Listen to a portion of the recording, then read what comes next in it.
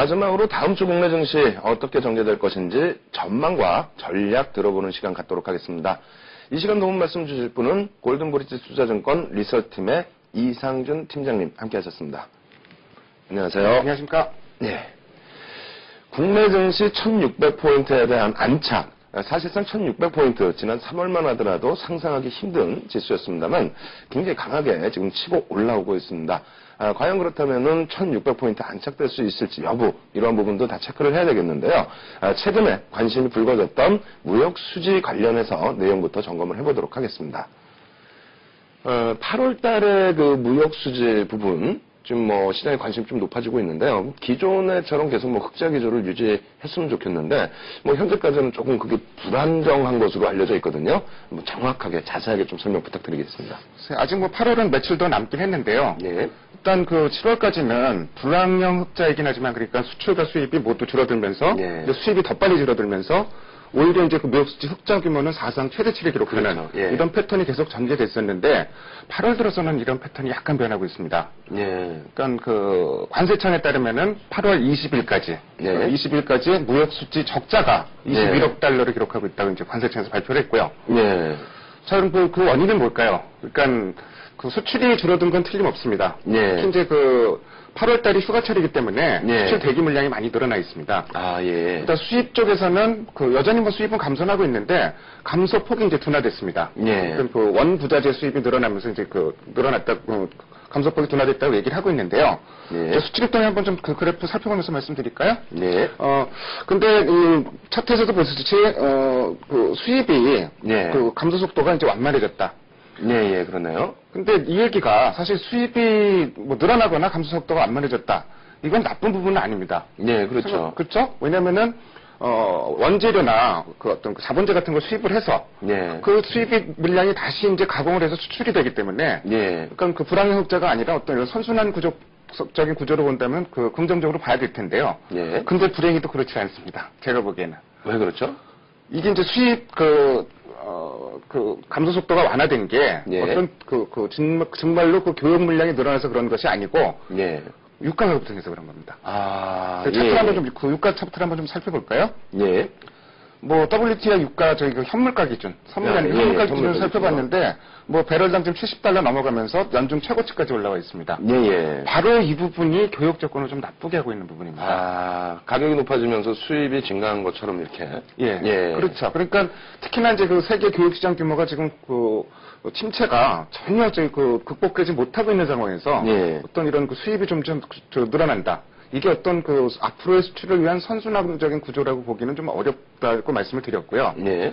특히 이제 우리나라 같은 경우는 그 다른 나라 같은 경우는 지금 그 뭐 인플레 지수가 이제 마이너스가 나오고 있는데 예. 우리나라는 아직까지도 인플레에 취약한 편입니다. 아. 근데 유가가 급등할 경우에는 어쨌든 그 국내 소비자 물가에 예. 큰 영향을 줄 수밖에 없겠죠. 그래서 예. 상당히 이제 유가가 어떻게 움직일지는 앞으로도 계속 예의주시해야 될 부분으로 보고 있습니다. 뭐 우리가 많이 쓰는 이제 두바이유나 그리고 뭐 WTI 서부 텍사스 중진류의 가격 변화는 뭐 거의 비슷하게. 같이 요새 거의 연동돼서 아, 그렇습니까? 또 좀 전에 보여드린 게 예. 선물 가격이 아니고 현물 현물 가격이니까. 가격. 예. 예. 예, 잘 알겠습니다. 예, 수출입 동량 부분 사실상 사상 최대치 무역 수지 흑자가 나오기도 했습니다만 사실은 수출과 수입이 급감되면서의 흐름이었다. 근데 수입 부분이 이제 다소 그 급감 속도가 이제 둔화되긴 했습니다만 원자재 가격의 상승, 특히 WTI의 상승 부분에 연동이 돼 있기 때문에 이 부분에 대해서는 좀 한번 짚고 넘어가야 될 것 같고요. 그리고 무엇보다 최근 들어서 또 나오고 있는 얘기 중에 하나가 유동성 관련된 내용들. 그 중에서 또 가계대출 부분인데요. 이 부분에 대해서도 뭐 속 시원하게 한번 질문을 드려보도록 하겠습니다.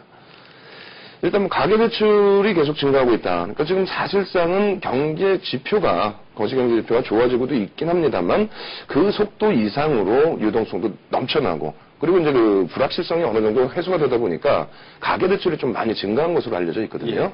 어느 정도 수준이고 이 부분이 또 시장에 좀 미칠 수 있는 영향력이나 이런 부분 짚어주시기 바랍니다. 이제 보통 가계 신용이라고 이제 표현을 하는데요. 예. 가계 대출하고 판매 신용. 그러니까 뭐 쉽게 얘기해서 이제 가장 가계에서 대출한 금액하고 신용카드 사용 금액을 예, 합친 예. 가계 신용이 지금 그 6월 말 현재로 700조 원에 육박하고 있는 것으로 알려지고 있습니다. 예. 이제 근데 이제 그 규모로 보면은 그 2분기에 14조 원 이상이 이제 늘어난 건데요. 예. 근데 그 중에서 13조 8천억이 가계 대출이 늘어나. 금융권에서 그 가계에서 이제 대출한 금액이 13조 8천억이 예. 늘어났고요. 무엇보다도 심각한 게 그 13조 8천억 중에서도 주택담보대출이 7조 원 이상이 늘어났다는 점입니다. 차트를 예. 보면서 좀 말씀드릴 텐데요. 예. 요 이제 그 짙은색으로 표현된 부분이 이제 주택담보대출 증가분인데 예. 2분기에 굉장히 많이 늘어나는 점이 확인이 되죠.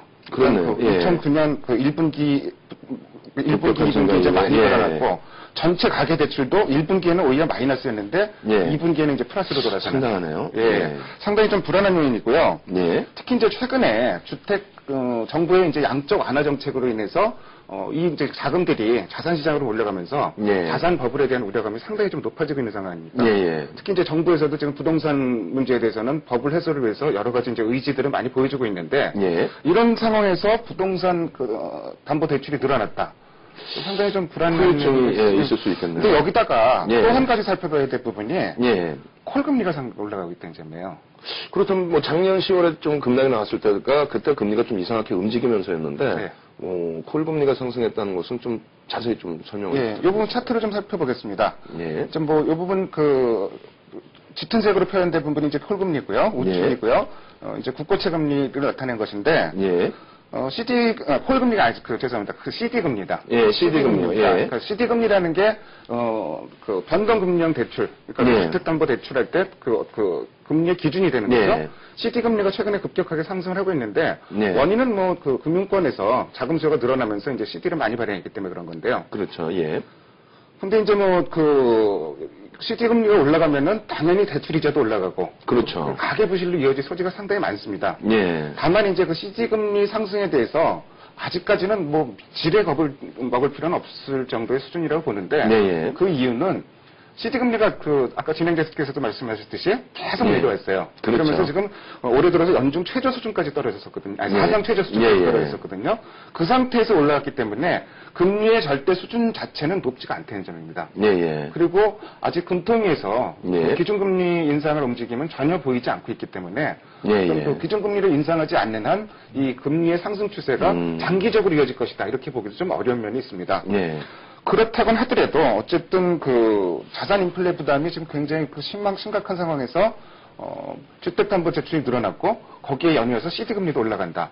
뭐 예. 잠복성 악재인 것만은 틀림없겠죠. 예. 예, 지난해 10월 달에 국내 증시뿐만 아니라 글로벌 증시가 크게 위축됐던 부분은 금리의 영향도 상당했던 것으로 알려져 있습니다. 리버 금리라든가 우리나라 CD 금리라든가 여러 가지가 있겠는데요.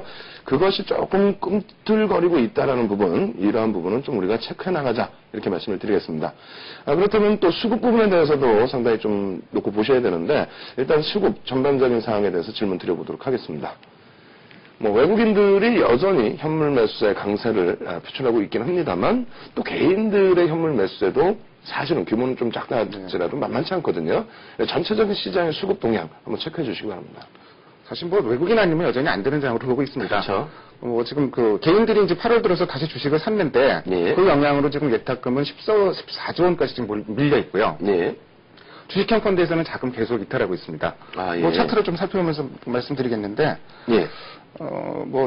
펀드 자금 유출입 상황을 살펴보면은 주식형 펀드에서 자금이 계속 빠져나가고 있는 반면에 채권형 펀드로는 계속 자금이 들어가고 있는 상황입니다. 그러네요. 예. 근데 이제 이 주식형 펀드에서 자금 이탈된 게 대략 네. 1300포인트, 코스피로 1300포인트부터 이탈되기 시작했거든요. 예. 이 자금이 짧은 기간 안에 다시 돌아오긴 좀 어렵다고 보여집니다. 그렇겠죠. 예. 그래서 근데 이제 한 가지 기관들이 계속 주식을 매도를 하고는 있는데 최근에 연기금리 주식을 많이 매도했죠. 예. 근데 연기금이 작년 9월부터 올해 3월까지 집중적으로 한 7조 6천억 정도 샀는데 예. 그때부터 지금까지 지금 7조 6천억 이상을 매도를 하고 있습니다. 아. 그래서 금매물 정도는 어느 정도 좀 소화가 되는 국면이고요. 예. 그렇다고는 하더라도 수요 기반이 회복되기는 상당히 좀 어렵고 예. 외국인에 의해서 장이 좌지우지될 수밖에 없는 상황인데요. 예. 근데 외국인이 7월에 비해서는 8월에 확실히 좀 매수 강도가 약해졌습니다. 예. 그리고 7월 달에는 현물, 선물을 동시에 순매수했었는데 지금은 선물을 순매도하고 있는 상황이고요. 예. 특히 이제 외국인 매매에 있어서 제가 몇 번 말씀드렸는데 체크해야 될 부분이 9월 1일자로 이제 FTSE 선진국 지수 편입이 되는데 예. 외국인들이 이 재료를 미리 선반영해서 주식을 산 것인지 그 예. 부분은 좀 9월 초에 한번 확인하고 넘어갈 필요가 있을 것 같습니다. 예. 국내 증시 전체적인 흐름을 놓고 본다면은 2003년부터 2004년도까지는 또 외국인이 매수를 했었고요. 2005년부터 2007년까지는 기관들이 또 매수를 했습니다. 지금의 강세장 외국인들의 매수에 의해서 강세를 나타냈는데 과연 9월 달에도 추가적인 매수가 들어올지 꼭 체크를 해나가야 될 것 같습니다. 예, 질문 하나 더 또 드려보도록 하겠습니다. 기술적으로 그렇다면은 어느 정도 선까지가 좀 부담이 될 수 있는 지수인지 사실상 현재 1600도 부담스럽게 느끼시는 분들도 많이 계시거든요. 그래서 기술적으로는 과연 어느 정도 지수대까지 올라설 수 있고 또 부담 요인이 될 수 있는 지수는 어느 정도인지 그 부분도 좀 설명 부탁드리겠습니다. 제가 요새 지수 얘기는 잘 말씀을 안 드렸었는데요. 그러니까요. 오늘은 기술적으로 한번 좀 접근을 해보겠습니다. 예. 차트 보면서 말씀드리겠는데요. 일단 1630포인트 정도가 좀 강한 지지선이, 저항선이 형성될 것으로 예상을 하고 있습니다. 이 지수 때는 하락폭의 61.8% 되돌림 선이면서요. 예. 자, 작년 7월부터 시장이 다시 급락하기 시작했었죠. 예. 이 급락 직전 지수가 1630포인트 정도입니다. 아, 예.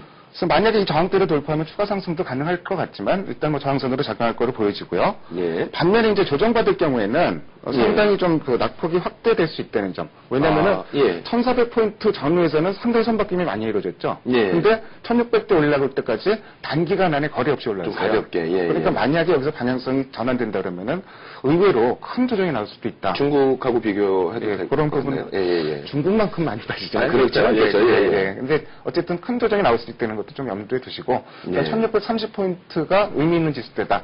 잘 기억해 주시면 좋을 것 같습니다. 네. 일단 1630포인트의 저항선 그 부분을 못 뚫는다는 말씀은 아니시고요. 만약에 뚫게 되면은 오히려 또 윗방향을 내세워줄 수 있다. 다만 1630 저항선에서 무너지게 되면은 기존의 이제 제한적인 하락이 아닌 하락폭이 조금 더 확대될 수 있다. 이렇게 말씀을 해주셨습니다. 그럼 마지막으로 전망, 다음 주 전망과 그리고 전체적인 전략 들어보도록 하겠습니다. 한동안 조금 제한적인 흐름으로 이렇게 말씀을 해주셨는데, 그렇다면 이제 9월 첫째 주가 같이 포함되어 있는데요. 다음 주의 시장 전망, 그리고 전략은 어떻게 해야 될지 그 부분 마지막으로 좀 점검 부탁드리겠습니다. 여전히 좀 방어적으로 보고 있고요. 예. 시장이 상승한 배경을 이제 좀 살펴보면은 우선 개선된 경제 지표, 그다음에 삼성전자를 비롯한 일부 대형 기업들의 어닝 서프라이즈, 그다음에 글로벌 증시 강세, 그리고 외국인 매수 이렇게 네 가지로 요약을 할 수 있을 것 같습니다. 요즘 이런 요인들이 근데 좀 9월 달 들어서는 좀 불안해질 거로 예상을 하고 있는데요. 우선 정부 재정 집행을 상반기에 상당 부분 쏟아부었기 때문에 하반기는 정책 의지에 의한 경기 부양이 쉽지 않습니다. 여기에 이제 유가 급등으로 교육 조건도 좀 나빠지고 있고요. 그리고 아까 말씀드렸듯이 잠복성이지만 가계 대출이 늘어나고 있는 것도 분명한 부담 요인입니다. 기업 실적 면에서는 삼성전자 실적은 당분간 계속 좋을 거로 다들 예상을 하고 있는데요. 3분기에 지금 환율이 좀 많이 내려왔기 때문에 상당수 기업들은 여기 부담이 좀 노출될 수 있는 국면이고요.